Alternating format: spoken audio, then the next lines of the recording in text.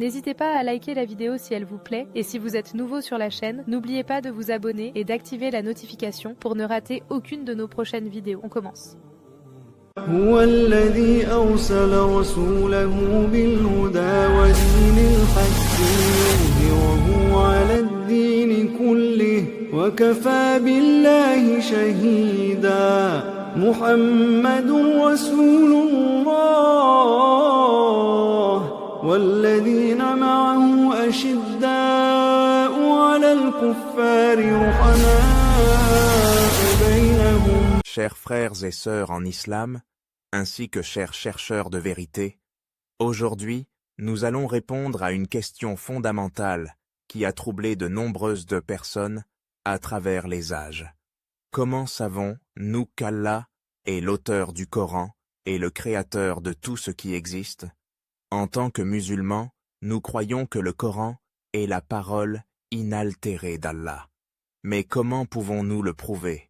La réponse se trouve dans le Coran lui-même, dans la Sunna du prophète, et dans la logique et la science que nous utilisons pour comprendre le monde qui nous entoure.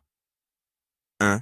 Le Coran, un livre d'une perfection inégalée. Le premier point fondamental est que le Coran défie toute l'humanité de produire quelque chose de semblable. Allah dit dans la sourate Al-Baqarah: Et si vous avez un doute sur ce que nous avons révélé à notre serviteur, produisez donc une sourate semblable, et appelez vos témoins, en dehors d'Allah, si vous êtes véridiques. Sourate 2, verset 23. Ce défi a été lancé il y a plus de 1400 ans, et personne, ni un poète arabe, ni un philosophe, ni un intellectuel, n'a jamais été capable de produire ne serait-ce qu'un chapitre comparable au Coran, en termes d'éloquence, de style et de profondeur du message. Si le Coran avait été l'œuvre d'un homme, il aurait inévitablement contenu des erreurs ou des contradictions, car tout être humain est faillible. Or, Allah dit: Ne méditent-ils donc pas sur le Coran? S'il provenait d'un autre qu'Allah, ils y trouveraient certes maintes contradictions. Sourate 4, verset 82. Ce verset seul est une preuve que le Coran est divinement révélé, car aucun être humain ne peut produire un texte infaillible et éternellement véridique. 2. Le Coran et les miracles scientifiques.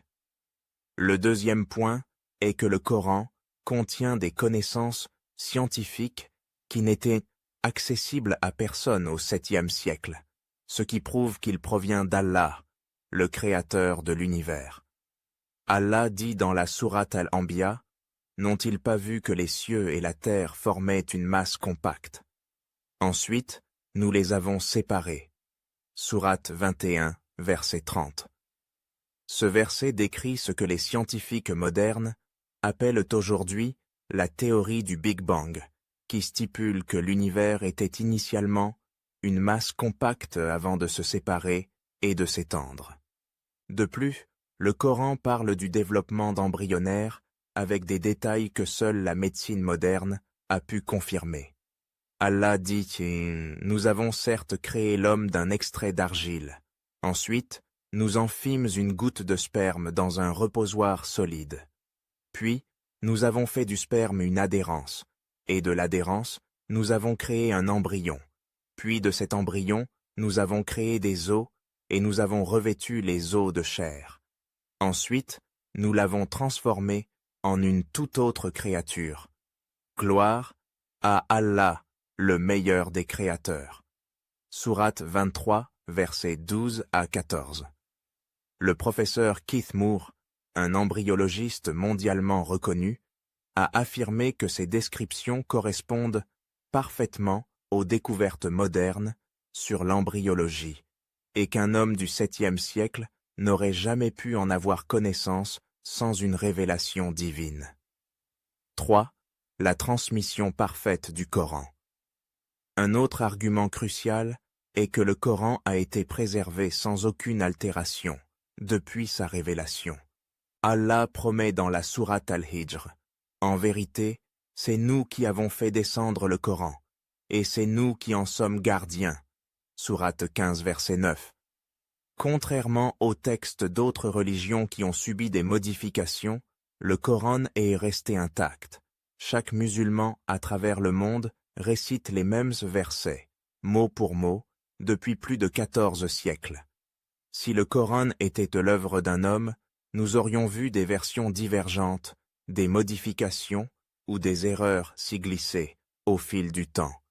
Pourtant, la parole d'Allah demeure inchangée et récitée par des millions de personnes, confirmant sa préservation divine. 4. Allah est le créateur de toutes choses. En observant l'univers, nous voyons des signes clairs de l'existence d'un créateur. Allah dit « Nous leur montrerons nos signes dans l'univers et en eux-mêmes, jusqu'à ce qu'il leur devienne évident que c'est la vérité. » Sourate 41, verset 53. Prenons un exemple simple. Si vous voyez une maison bien construite avec un toit solide, des murs parfaitement alignés et des fenêtres bien placées, croirez-vous qu'elle s'est construite toute seule? Bien sûr que non. De la même manière, lorsque nous regardons l'univers, avec son ordre parfait, ses lois précises et son harmonie incroyable, nous savons qu'il ne peut être le fruit du hasard. Toute chose qui a un début doit avoir une cause.